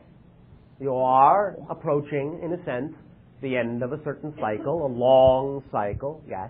Is it going to be cataclysmic in the physical sense, or is it just literally an emotional sort of spiritual transition and awakening? It can be anything and many things, depending upon your frequency. Mm-hmm. Depending on who's having what frequency happen at that moment? Yes. Okay. So we may be able to transition without even suffering death. Yes. That's what I was sort of thinking. And what is the strongest transitional element? Consciousness. Element. The strongest transitional physical element. Physical element? Yes.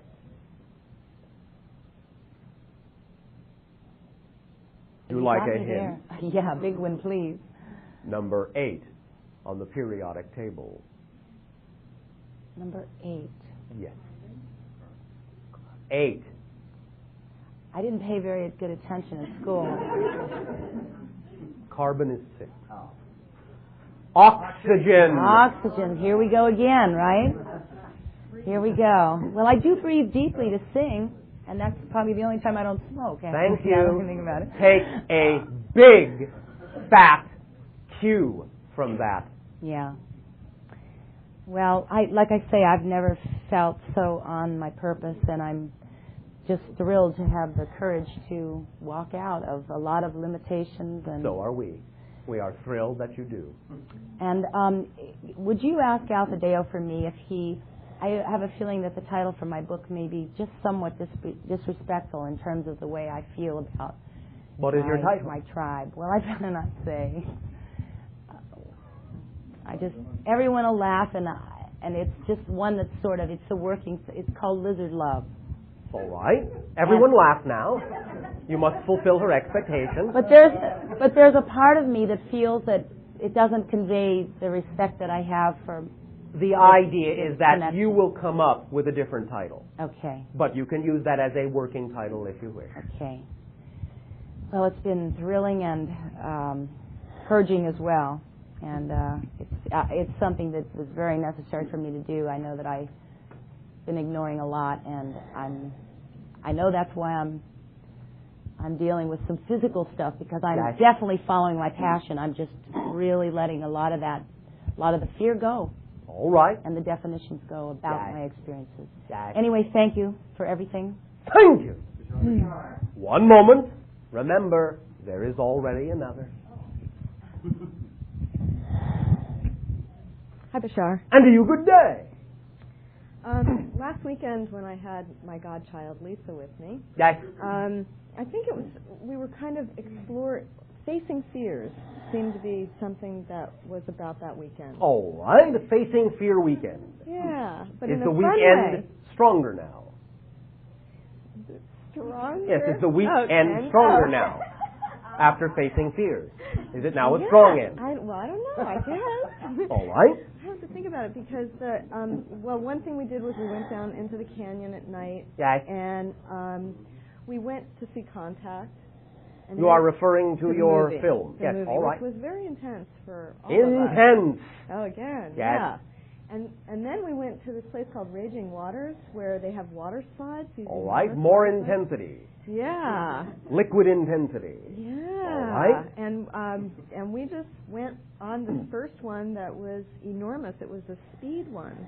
Yeah. And so I had this whole experience of my body just being totally out of control and at very intense speed. All right. And then we went on one that was like in a tunnel, and it went on and on and on and on, and that scared me too. Oh, all right. We thought that's what you people designed those things for. To play with your fear. Yeah, is that sort of a way of... I mean, I wasn't really sure what I was up to exactly. Yes, is that not what you have designed those kinds of parks for? To play with your fear in a safe environment, relatively speaking? Yeah, to take yourself to the brink, to the edge, but know deep down, you'll be all right, at least usually. Oh, yeah, sometimes you wonder. Yes, well, that's part of the experience. So does it help to neutralize the fear, or... Depends on how you use it. Well, also the idea of acceleration. It reminded me of that feeling when you go from one dimension to another. Yes.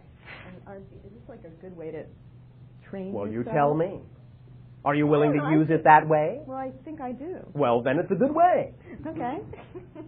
If you say it's a good way and you use it that way, it's a good way. Okay. There is no empirical truth in this. I know that. All right, then. Well, one thing that happened, and it's been happening a lot recently, is I keep getting a cramp in my left leg. So, all right. My foot. Yes. Like when I was going through the tunnel, it happened. And I used to get Charlie horses like just before earthquakes. Yes. So I just wondered about the cramping. Yes. What about it? Well. Get a massage. Learn to relax your musculature. Make sure you're properly aligned so that when you do experience tension, you do not throw yourself out of alignment. Make sure you are, in that sense, relaxed enough so that you can be warmed up and flexible enough to go through some of these experiences without experiencing cramping. Oh, okay. So Keep it simple. The cramping is sort of an indication of tension and yes, resistance. Of course. Okay, and okay, I can see that. Oh, all right. And so much is happening for me right now, just in terms of creativity and creating things that I desire and that I like supporting, and but the pace at times is probably the most intense that I can remember experiencing. Guys, high creative amplitude. Yeah, well, it feels like that. Yes. I mean, I love it. Creative amplitude. CR, amp, cramp. Oh, is that tied in? I just tied it in, didn't I? You sure did. Oh, so, all right, but the physical body at times complains about this. Again, remember, The idea is that you do experience yourself as a physical being. This is a very simplified understanding, nothing mysterious about it. Sometimes, just because you may not necessarily be completely, totally having a handle on any given situation, you may simply at one time or another be a little bit out of whack with yourself here and there, and you may experience something like that, but so what? That's part of the physical experience. No big mystery. So, because I did start to look and say, well, even though I'm experiencing this incredible creative amplitude, yes. Also I am sort of getting warnings from my body. All right, yes, in a sense, you can allow yourself to regulate your pace to some degree, or allow yourself to be more relaxed at going at that pace.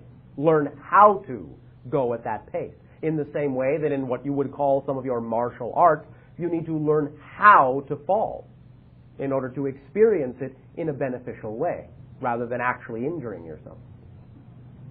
Doesn't mean that from time to time you won't miscalculate, but that's all right. Okay.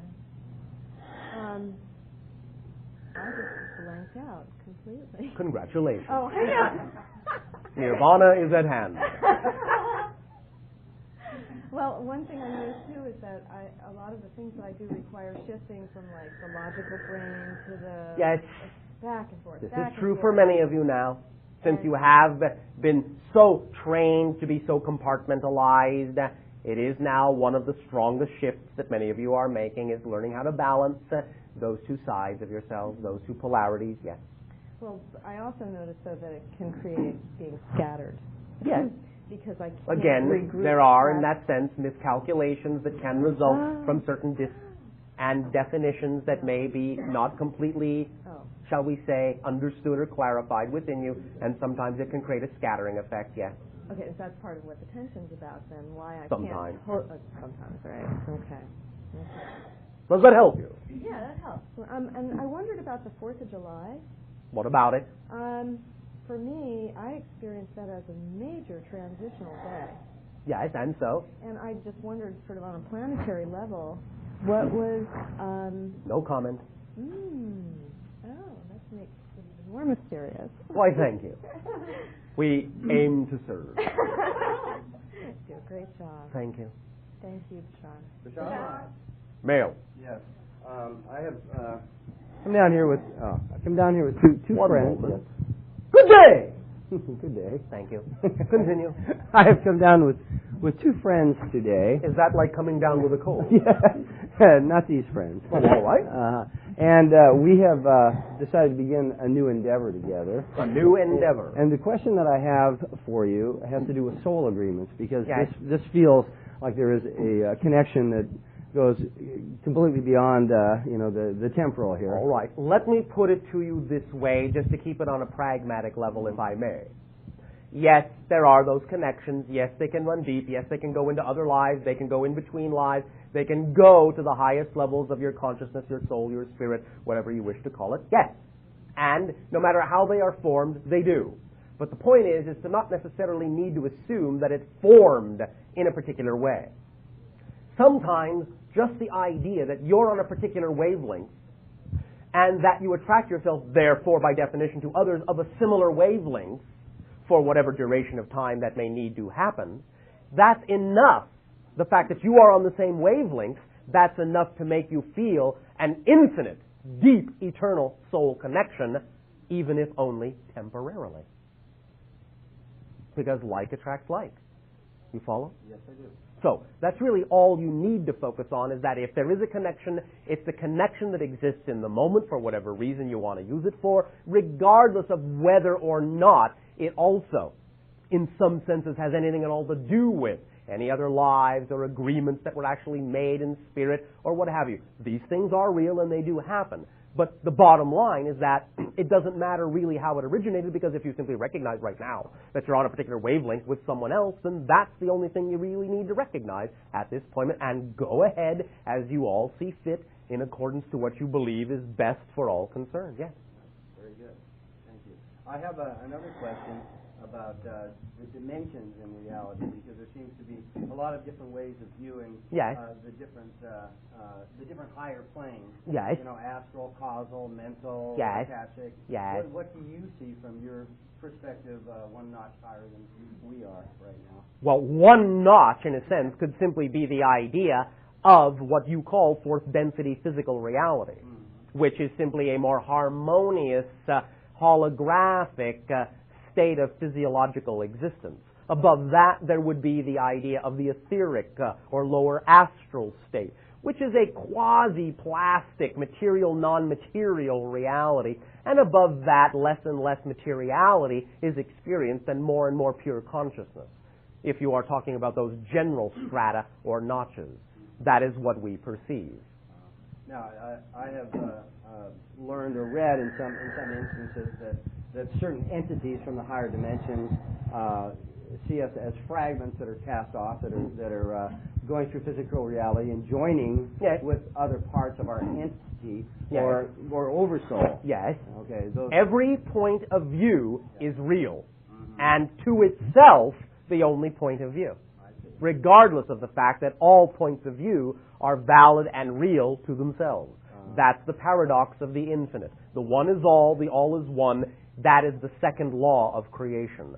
All of the parts together combine to form the whole and every intermediate level of the whole. The one knows itself as the one, but also knows itself as all the parts, and each of the parts is the one experiencing itself as a part.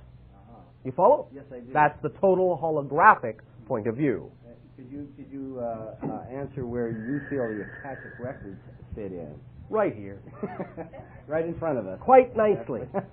The idea simply is that what you euphemistically refer to as the Akashic records is simply the idea of the total awareness of the one of all that it is, and the accessibility by any of the components to access the information of the one in all that it is and all that it is becoming. You follow? Yes. It can, in a sense, be given a vibrational strata, but that will actually be experienced quite differently from many different dimensional points of view as to exactly what that means or how solid or unsolid that may appear. But the idea is that it is, in a sense, the very fabric of the consciousness upon which the experiences of the consciousness are written. We perceive it through our belief systems if we're able to perceive it. Yes. Yes. Okay. Well, obviously, you have given it a name, and in that sense, you are capable of perceiving it to some degree, or you would have no name for it at all. Also in the astral, the lower astral is where I believe we can project. Well, I've done it, so that I've experienced. Consciously projecting and also going into our dreams. Yes. And there's a certain fabric there. Yes. There is a certain membrane, consistency, a membrane that we have to pass through, so to speak. Yes. Certain vibrational resonant frequency that is representative of a kind of quasi-plastic energy physical state. Yes. Yeah. And to experience those densities. Yes. Besides, I guess I can answer my own question. Why, thank you. In meditation and prayer. Yes. Are there any specific guidelines you could give us to 10,001 or none? Or none. Follow your insight, your imagination, your inspiration. Whatever works best for you is what works best. Absolutely. Because you know what you're doing. And when you know what you're doing, you will see that you know what you know. That's all really there is to it if you believe and trust in yourself. Yes. But there are any number of techniques, methodologies, processes, meditations, avenues, modalities that any of us could suggest that might harmonize with some of your individual frequencies and so forth and so what. But the idea really is that you have the capability of imagining all of those up just as easily as we do. Mm-hmm. Okay. That answers my question. Yes. My associate here has, since we've come upon an agreement to work together, asks if you see anything in particular about the three of us from any past lives or any agreements, that would come into play in the endeavor that we are about to. Well, there are several connections that we can see and make that may have relevance to your present incarnational experience. But before we begin, remember that the idea is that you are making those connections from here. Yes. It is not that those experiences in those lives are affecting this life. You are choosing to make the connections to those experiences from this life because they are vibrationally representative symbolically of what it is you're choosing to do here and now. It comes from here, not from there, even though those experiences also are real. But remember that it's simultaneous. You understand that? That all things happen in the same instant. In a sense, yes. And it's forever. Yes. Now, one moment, and we will scan. One moment, one moment, one moment, one moment, one moment.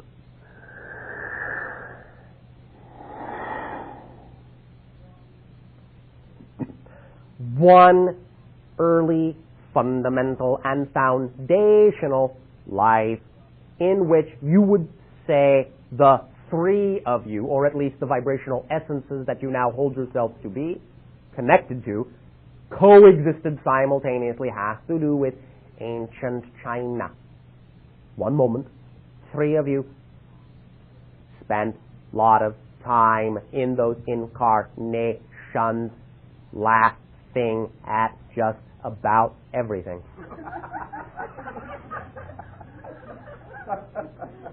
Any reason you could find to sit down from your daily work, have something to drink, and observe the course of life with great humor was eagerly sought after, became very, very strong, in a sense, ritual for the three of you. Sometimes people in the village would scratch their heads and wonder what was so funny, what you were talking about. But the three of you knew it wasn't that it was so important, just that you were willing to look at life and see its strangeness, in a sense, and contradictions, in a sense, and were willing to laugh at that, which allowed you to enjoy the lives you had, simple though in a sense they may have been in that time and place.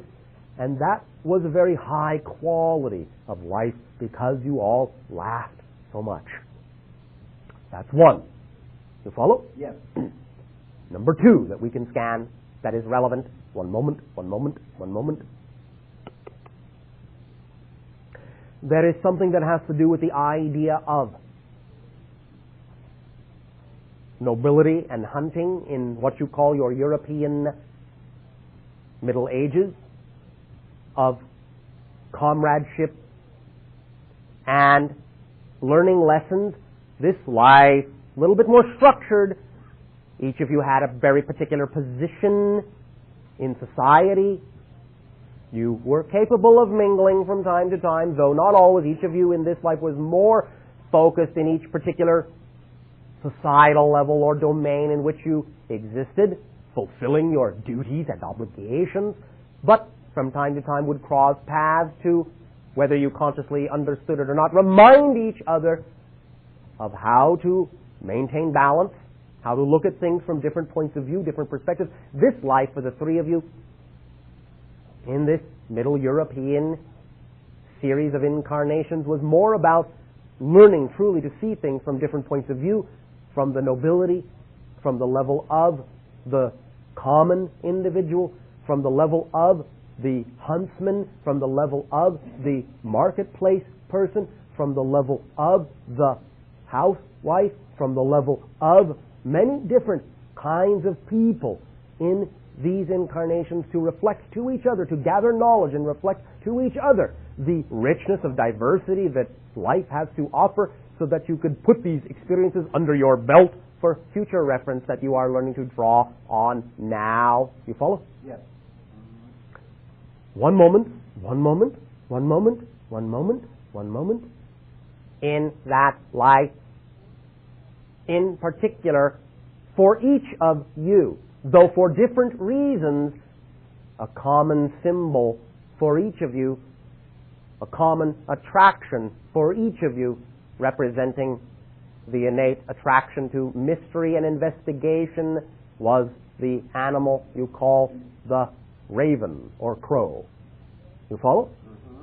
And it can still function not to the same degree and not for the same reason and not for the same purpose, but to some degree today can still function as a symbol of information contained within that can be drawn out when needed.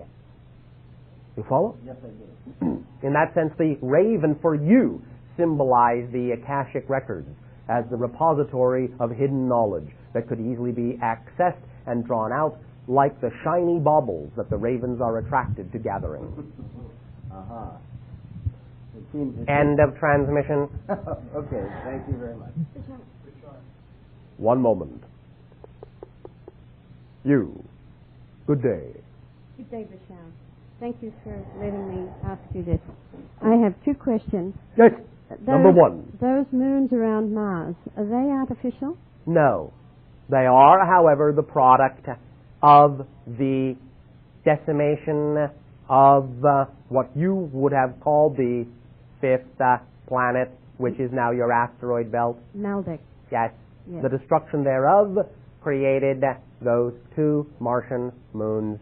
However, your own earthly moon, though a natural body, has been artificially altered and placed in orbit around your planet purposely. Yes, I have heard your tape about that. That is amazing. And question number two. My second question is, I have only two grandchildren. They are twin boys, age 3. Yes. Have we had any past connection, they and myself? Have Yes.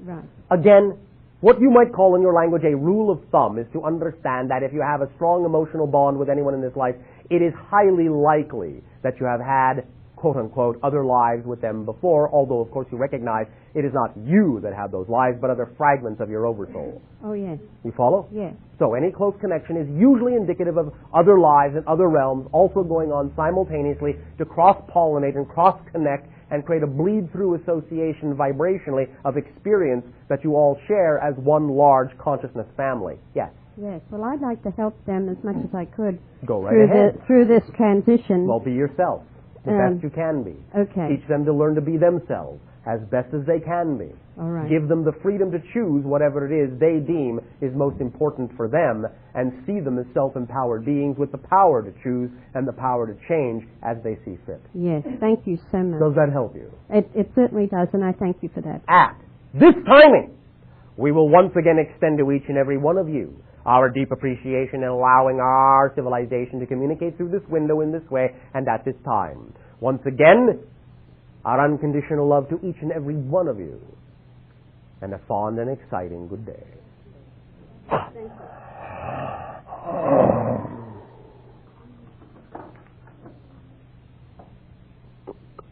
How did it go?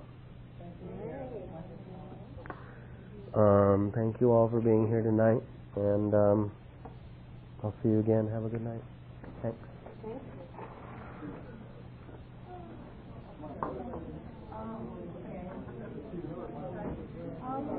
Welcome.